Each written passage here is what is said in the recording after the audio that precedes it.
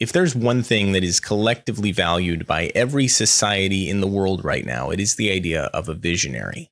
People like the concept of someone that looks off into the distance and they see something no one else notices. And even though everyone around them tells them there's nothing there, they go into the distance, and from the void, they bring back something of value, and it benefits society. And the naysayers are proven wrong. They shouldn't have said nay because there was something there. In order to be a visionary, you have to ignore other people who say there's nothing there, because if everyone saw the thing in the distance, you don't have some singular level of vision. We like to hero worship visionaries, people who notice something that no one else did, a great deal, to the point that it adds a tremendous advantage to you doing business or pretty much anything else, probably science as well, if you are perceived as a visionary. There's no way to have this conversation without bringing up Elon Musk, so let's get him out of the way. Elon Musk did not co-found PayPal. He definitely didn't invent online payment systems. What he did do was create an online payment system that, was his own. It was a failing business. It got acquired by PayPal, and PayPal got acquired by eBay. When PayPal got acquired by eBay, Elon Musk got a ton of money, and he used that money in some ways that I won't discuss here to buy Tesla. Yeah, he didn't found Tesla either, nor did he invent electric cars.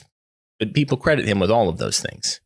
Serious people know that they're not true, and they don't credit him with it. But the shroud of those perceptions certainly aid Elon Musk. It has allowed him to build a company that has a valuation greater than every other automobile manufacturer combined, essentially.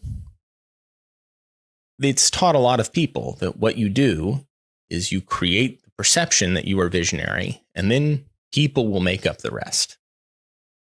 That creates some problems. Here's the thing. There are a lot of reasons that perceiving people as visionaries harms innovation. The Hyperloop, for example. It's Elon Musk's idea, a tube that essentially has a pod in it, and you suck the atmosphere out of the tube so that the pod can travel very, very fast.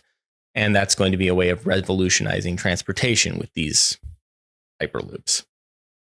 The issue is most people who work in physics, most people who work in engineering will tell you that that's not possible. Not just saying nay, but saying based on the understanding we have of our current reality, this thing you're trying to do cannot work at the scale you're trying to have it work.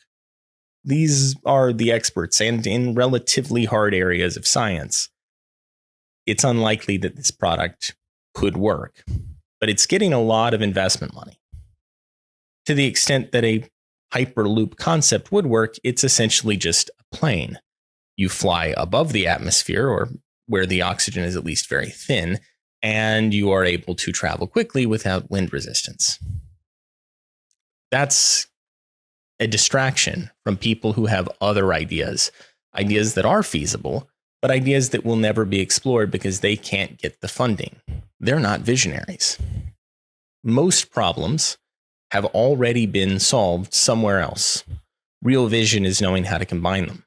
An acquaintance of mine, a guy named Gary Leland, probably created the first e-commerce store of any kind. A company called Leland Wallpaper existed in Arlington, Texas.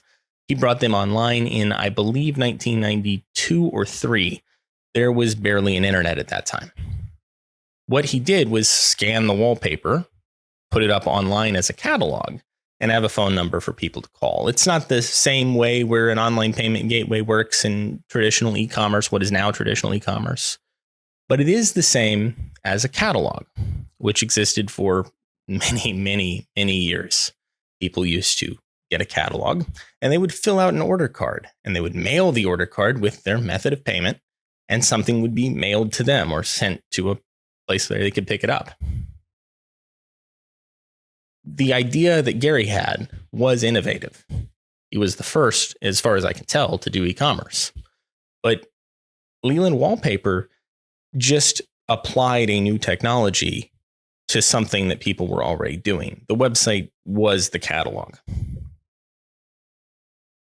When someone tries to shroud themselves in the armor of being a visionary, they are able to get sometimes a lot of extra credit, the way we've seen with Musk, or Steve Jobs, or let's say someone like Adam Neumann, who managed to get WeWork valued at more than all of the buildings that WeWork sat in, despite the fact that it was fundamentally just a commercial lease that sublet to people on month-to-month or day-to-day bases.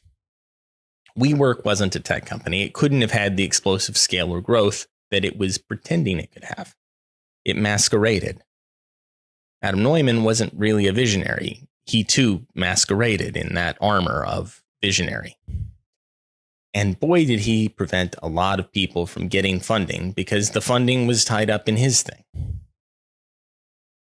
That's not the only way that it causes stifling to innovation. I would say that the perception of visionaries and the worship that we have towards them chokes off a lot more innovation in a lot of other ways, because the people who try to be visionaries know that they have to ignore the naysayers, and they will ignore naysayers even when they are physicists and engineers telling you something you're trying to do is literally not possible based on our current understanding of reality. They will also look for solutions to problems that have been solved elsewhere. Yeah, I'm going to go with reinventing the wheel here. Heelys combined two things. They were shoes with wheels in them. And you could pop the wheels in and out. And if you're someone who's my age, you probably knew somebody with these shoes. You maybe even had a pair. I did. They were very cool.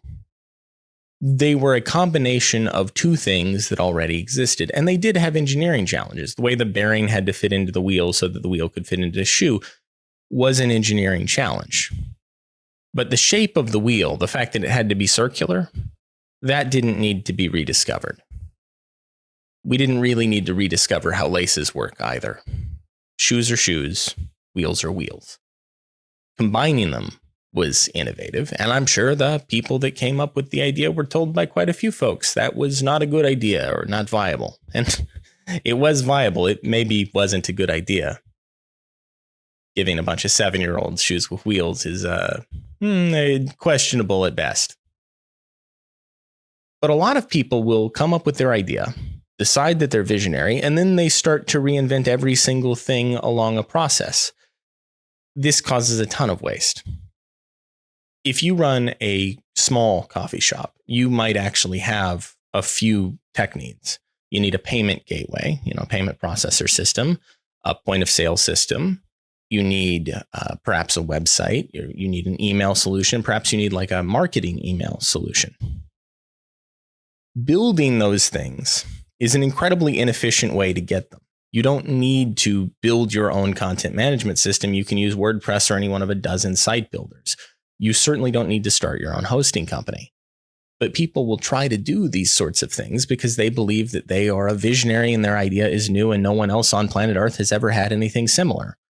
And they will also ignore all of the experts. And that, more than the Hyperloop, more than the choking off of funding from people with good ideas because funding is being allocated en masse to people with bad ideas, is the subtle waste that comes of someone trying to reinvent a solution to a problem that has been solved elsewhere because they believe their idea is special and valuable and only they have solutions. I think visionaries are good. I think the worship we have towards visionaries is incredibly detrimental to actual innovation. I'm Mason Pelt for Push ROI. If you enjoyed this video, please like, subscribe, comment for the algorithm. And if you didn't, comment to tell me that you hate me because, well, that's also good for the algorithm.